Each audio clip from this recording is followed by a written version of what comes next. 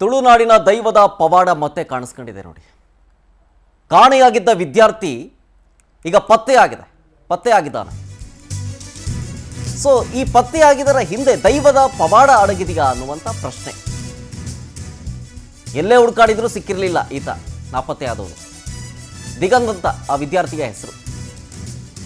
ಅರ್ಕುಳ ಉಳ್ಳಾಕುಲು ಮಗ್ರಂತಾಯಿ ದೈವದ ಬಳಿ ಸಹೋದರ ಒಂದು ಹರಕೆ ಕಟ್ಕೋತಾನೆ.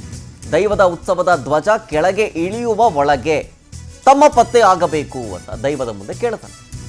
ತುಳುನಾಡಿನ ದೈವದ ಎದುರು ಹರಕೆಯನ್ನು ಹೊತ್ತುತ್ತಾನೆ ದಿಗಂತನ ಸಹೋದರ. ದೇವಸ್ಥಾನದಲ್ಲಿ ದೀವಟಿಗೆ ಹಿಡಿಯೋ ಕೆಲಸವನ್ನ ಮಾಡ್ತಾ ಇರ್ತಾನೆ ರವಿ.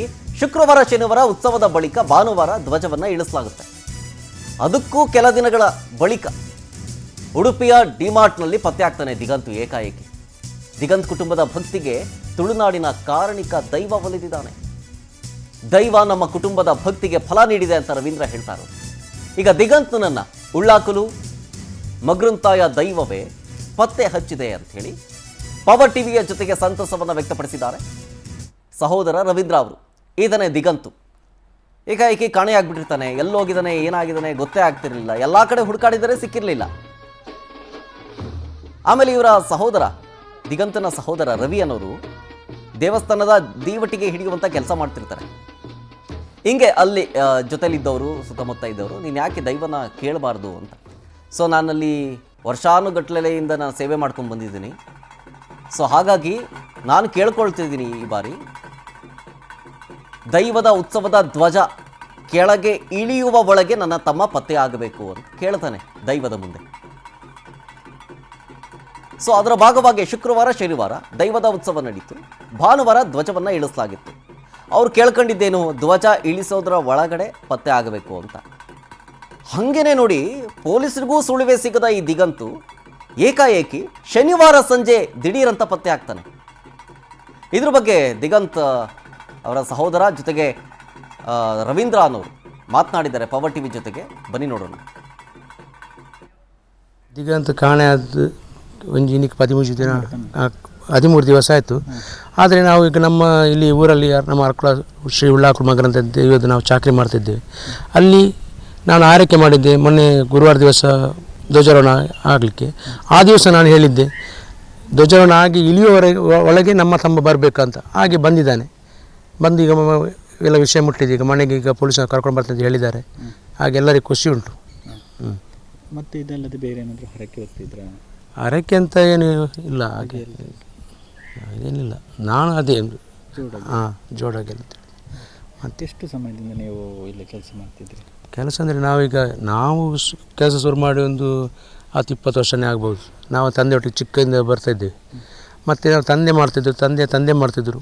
ಈಗ ಅಜ್ಜ ಎಲ್ಲ ಒಂದು 4 ತಲೆಮಾರಿಂದ ನಾವು ಕೆಲಸ ಮಾಡ್ತಿದ್ದೇವೆ ಇಲ್ಲಿ ಚಾಕರಿ ಕೆಲಸ. ದಿಗಂತ್ ಬಂದಾಗ ದೇವಸ್ಥಾನಕ್ಕೆ ಬರ್ತಿದ್ದ? ಇಲ್ಲಿ ಬರ್ತಿದ್ದ ಜಾತ್ರೆಗೆ. 2 ದಿವಸದ ಕೂಡ ಜಾತ್ರೆಗೆ ಬಂದು ನಮ್ಮೊಟ್ಟಿಗೆ ಇರ್ತಿದ್ದ, ಮತ್ತೆ ಹೋಗ್ತಿದ್ದ.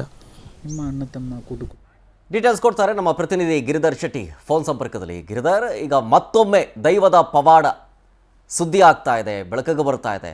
ಈ ಕಾಣೆಯಾಗಿದ್ದವನು ಎಷ್ಟೇ ಹುಡುಕಾಡಿದ್ರೂ ಕೂಡ ಸಿಕ್ಕಲಿಲ್ಲ. ಈಗ ಏಕಾಏಕಿ ಪತ್ತೆ ಆಗ್ತಾನೆ. ಒಂದು ಕಡೆ ದೈವದ ಪವಾಡ ಅಂತ ಹೇಳ್ಬೋದು, ಮತ್ತೊಂದು ಕಡೆ ಈ ಕಾಣೆಯಾದವನು ಹೆಂಗೆ ಸಿಕ್ಕದ, ಜೊತೆಗೆ ಎಲ್ಲೋಗಿದ್ದ ಅಂತ ಏನಾದರೂ ಗೊತ್ತಾಯ್ತಾ ಅಂತ. ದಿಗಂತ್ ಫೆಬ್ರವರಿ 25ರಂದು ಸಂಜೆ ನಾಪತ್ತೆಯಾದ ನಂತರ 12 ದಿನಗಳ ಕಾಲವು ಎಲ್ಲಿ ಹೋಗಿದ್ದಾನೆ, ಎಲ್ಲಿದ್ದಾನೆ ಅನ್ನೋದು ಯಾರಿಗೂ ಗೊತ್ತಾಗ್ಲಿಲ್ಲ. ಪೊಲೀಸರು 7 ತಂಡಗಳನ್ನು ರಚಿಸಿ 100ಕ್ಕೂ ಹೆಚ್ಚು ಪೊಲೀಸರು ಹುಡುಕಾಟ ನಡೆಸಿದ್ರು. ದಕ್ಷಿಣ ಕನ್ನಡ, ಇದು ಮಂಗಳೂರು, ಉಡುಪಿ, ಬೆಂಗಳೂರು, ಹೀಗೆ ಮೈಸೂರು, ಬೇರೆ ಬೇರೆ ಕಡೆ ಹೋಗಿ ತನಿಖೆ ನಡೆಸಿದ್ರು. ಆದ್ರೆ ಯಾವುದೇ ಸುಳಿವು ಕೂಡ ಸಿಕ್ಕಿರ್ಲಿಲ್ಲ. ಅನಂತರ ಮೊನ್ನೆ ಶನಿವಾರ ಸಂಜೆ ಸಡನ್ ಆಗಿ ಆತ ಮೈಸೂರಿನಿಂದ ಉಡುಪಿಗೆ ಬಂದಿದ್ದ. ರೈಲ್ನಲ್ಲಿ ಬಂದು ಇಳಿದಿದ್ದ. ನಂತರ ಉಡುಪಿಯಲ್ಲಿ ಒಂದು ಬಟ್ಟೆ ಅಂಗಡಿಗೆ ಹೋಗಿದ್ದ ಸಂದರ್ಭದಲ್ಲಿ ಸಾರ್ವಜನಿಕರು ಆತನನ್ನು ಪತ್ತೆ ಹಚ್ಚಿ ಆತನನ್ನು ಹಿಡಿದುಕೊಟ್ಟಿದ್ರು. ಅನಂತರ ಪೊಲೀಸರು ಕೂಡ ಆತನನ್ನು ವಶಕ್ಕೆ ಪಡೆದಿದ್ದಾರೆ. ಇದೀಗ ಆತ ಪೊಲೀಸರ ವಶದಲ್ಲಿದ್ದಾನೆ. ಆದ್ರೆ ಇದೇ ಸಂದರ್ಭದಲ್ಲಿ ಇವರ ಮನೆಯವರು ಬಹಳಷ್ಟು ಕಡೆ ಹರಕೆ ಹೇಳಿಕೊಂಡಿದ್ರು. ಎಲ್ಲಿ ಕೂಡ ಹುಡುಗ ಸಿಕ್ಕಿಲ್ಲ ಅನ್ನೋ ಕಾರಣಕ್ಕಾಗಿ. ಮತ್ತೆ ಆತನ ಒಂದು ಕೆಲವರು ಆತ ಸತ್ತಿರಬಹುದು, ಸುಸೈಡ್ ಮಾಡ್ಕೊಂಡಿರಬಹುದು, ಪರೀಕ್ಷೆ ಭಯದಿಂದ ಏನಾದ್ರು ಮಾಡ್ಕೊಂಡಿರಬಹುದು, ಇಂತಹ ಒಂದು ಬಹಳಷ್ಟು ವದಂತಿಗಳು ಹರಡಿಕೊಂಡಿದ್ವು. ಆದ್ರೆ ಯಾವುದೇ ವದಂತಿಗೂ ಯಾವುದೇ ಸುಳಿವು ಕೂಡ ಸಿಕ್ಕಿರ್ಲಿಲ್ಲ. ಆ ಸಂದರ್ಭದಲ್ಲಿ ಅವರು ಬಹಳಷ್ಟು ಹರಕೆ ಹೊಳ್ಕೊಂಡಿದ್ರು. ಈ ಒಂದು ಅವರ ಸೋದರ ಅಲ್ಲಿ ಅರ್ಕುಳ ಅಂದ್ರೆ ಫರಂಗಿಪೇಟೆ, ಈ ದಿಗಂತ್ ಮನೆ ಇರುವುದು ಫರಂಗಿಪೇಟೆ, ಅಲ್ಲಿ ಪಕ್ಕದ ಒಂದು ಅರ್ಕುಲ ಎನ್ನುವ ಅರ್ಕುಲದಲ್ಲಿರುವಂತಹ ಮೃಗಂತಾಯಿ ಉಳ್ಳಾಕುಲು ದೈವದ ಚಾಕರಿ ಮಾಡ್ತಾರೆ. ಅಂದ್ರೆ ದಿವಟಿಗೆ ಹಿಡಿಯುವ ಕೆಲಸ ಮಾಡ್ತಾರೆ.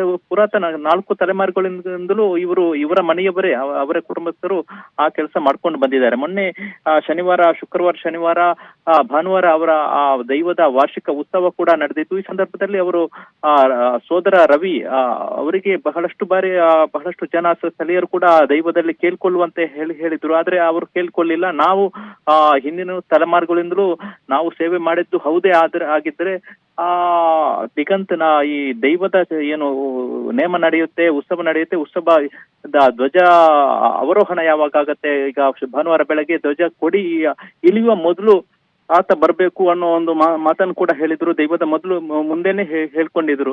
ಅದೇ ರೀತಿಯಲ್ಲಿ ಈಗ ದಿಗಂತ್ ಶನಿವಾರ ಸಂಜೆ ದಿಢೀರಾಗಿ ಪ್ರತ್ಯಕ್ಷ ಆಗಿದ್ದಾನೆ.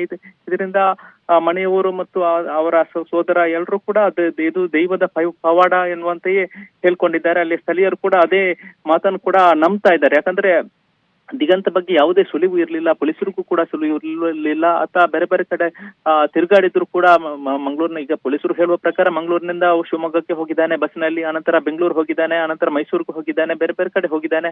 ಇದರ ಮಧ್ಯೆ ಬೆಂಗಳೂರಿನ ನಂದಿ ಹಿಲ್ಸ್ ನಲ್ಲಿ ರೆಸಾರ್ಟ್ ಒಂದರಲ್ಲಿ 2-3 ದಿನಗಳ ಕಾಲ ಕೆಲಸ ಕೂಡ ಮಾಡಿದ್ದಾನೆ. ಅನಂತರ ಅಲ್ಲಿ ಸಿಕ್ಕ ಹಣದಿಂದ ಮತ್ತೆ ಮೈಸೂರಿಗೆ ಬಂದು ಅನಂತರ ಉಡುಪಿಗೆ ಬಂದಿದ್ದಾನೆ. ಅಚಾನಕ್ ಆಗಿ ಉಡುಪಿಗೆ ಬಂದಿರುವಂತದ್ದು. ಈ ಸಂದರ್ಭದಲ್ಲಿ ಸಾರ್ವಜನಿಕರ ಕೈಗೆ ಸಿಕ್ಕಿಬಿದ್ದು ಅನಂತರ ಪೊಲೀಸರ ವಶದಲ್ಲಿ ಸದ್ಯಕ್ಕೆ ಆತನನ್ನು ರಿಮಾಂಡ್ ಹೋಮ್ಗೆ ಕಳಿಸಲಾಗಿದೆ. ಈಗ ಹೈಕೋರ್ಟ್ ನಲ್ಲಿ ಹೇಬಿಯಸ್ ಕಾರ್ಪಸ್ ಹಾಕಿರುವುದರಿಂದ ಮಾರ್ಚ್ 12ರಂದು ಪೊಲೀಸರು ಆತನನ್ನು ಕೋರ್ಟ್ಗೆ ಹಾಜರುಪಡಿಸಬೇಕಾಗುತ್ತೆ. Yes, thank you Giridhar ಡೀಟೇಲ್ಸ್ಗಾಗಿ.